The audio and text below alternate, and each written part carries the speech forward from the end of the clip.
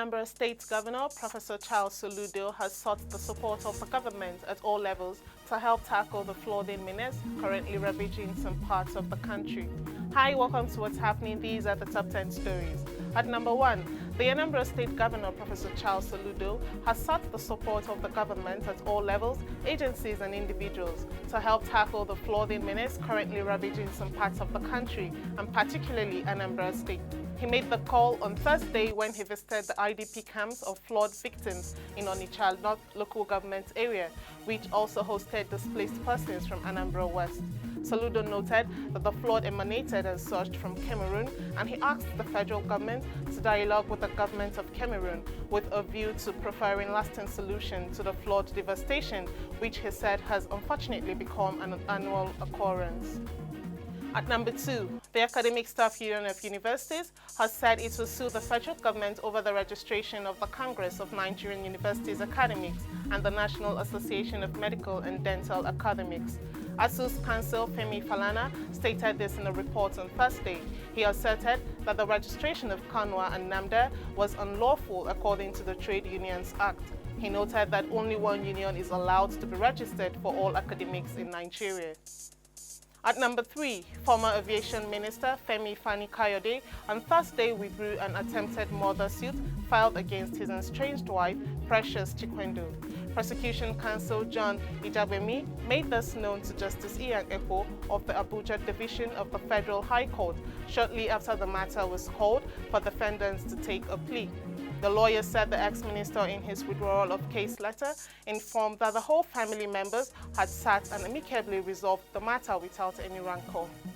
At number 4, the police in Benue have arrested Inelegwu Omafu for alleged criminal conspiracy and act of terrorism. Mr. Omafu was consequently arraigned at a Makurdi Upper Area Court on Thursday. Prosecutor Veronica Shagi told the court that on August 9th, a team of Operation Zenda JTF intercepted a phone conversation between Mr. Omafu and another man identified as a boy, who is now at large. She said the accused was heard discussing the procurement and supply of prohibited firearms within Makurdi and environs to facilitate their criminal activities. At number 5, Eyitayo Oyetunji, the Federal Commissioner of the National Population Commission in Oyo, says NPC is committed to conducting a credible and acceptable census. He gave the pledge in Ibadan during the Oyo State Stakeholders Summit on the 2023 Population and Housing Census Get Involved. Mr. Oyetunji commended the Oyo government for its support during the trial census, reiterating the MPC's resolve to conduct a credible census that citizens would accept. The Deputy Governor, Bayo Lawal, also pledged the government's readiness to support the Commission in conducting a credible census. At number 6, 2 persons have been burnt beyond recognition while 3 others sustained injuries in a petrol tanker explosion at Ilo Alwela Junction at toll gate area on Lagos-Abeokuta Expressway. Ahmed Umar, the Ogun Sector Commander of the Federal Road Safety Corps, confirmed the explosion occurred at about 1:30 a.m. on Thursday. Mr. Umar explained that a tanker carrying petrol was ascending from Ilo Awela to the toll gate area Lagos-Abeokuta Expressway when it lost control, fell and went up in flames. He added that the victims' corpses had been deposited at State Hospital Ota, while survivors, including 2 males and female, are also receiving treatment at the same hospital. At number 7, the Nigerian Maritime Administration and Safety Agency said it had secured at least 20 convictions in the past 1 year.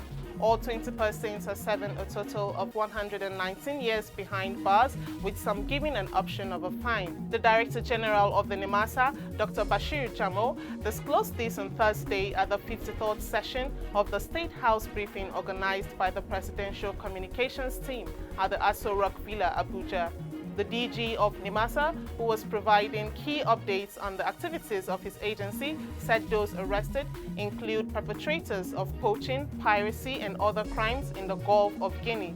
With Nigeria losing $1 billion annually to piracy, the DG said NIMASA is working with sister agencies and security outfits to address the menace. At number 8, a professor of cancer pathology, Professor Ayodeji Abola, has been appointed as the new substantive Vice-Chancellor of the Olabisi Onabanjo University, Ago Iwoye, Ogun State. Abola was announced as the new VC to succeed Professor Ganiyu Olatunde, who had served 5 years tenure as the Deputy Vice-Chancellor of the university.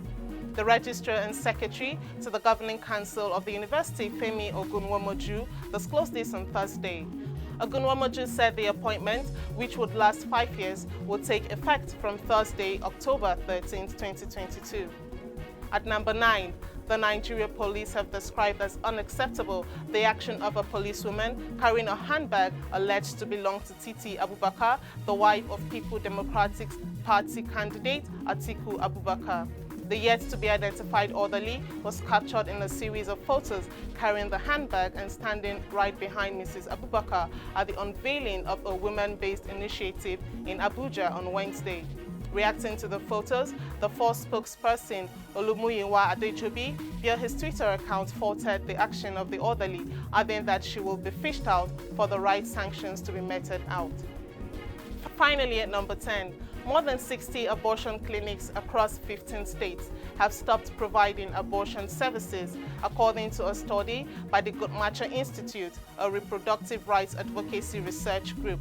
The study published on Thursday found that 14 states no longer have any clinics providing abortions as of October 2nd, which marked 100 days since the Supreme Court gutted the 1973 ruling that had guaranteed federal abortion rights. The U.S. Supreme Court officially reversed Roe v. Wade in June, declaring that the constitutional right to abortion, upheld for nearly half a century, no longer exists. That's all for today. See you next time on What's Happening.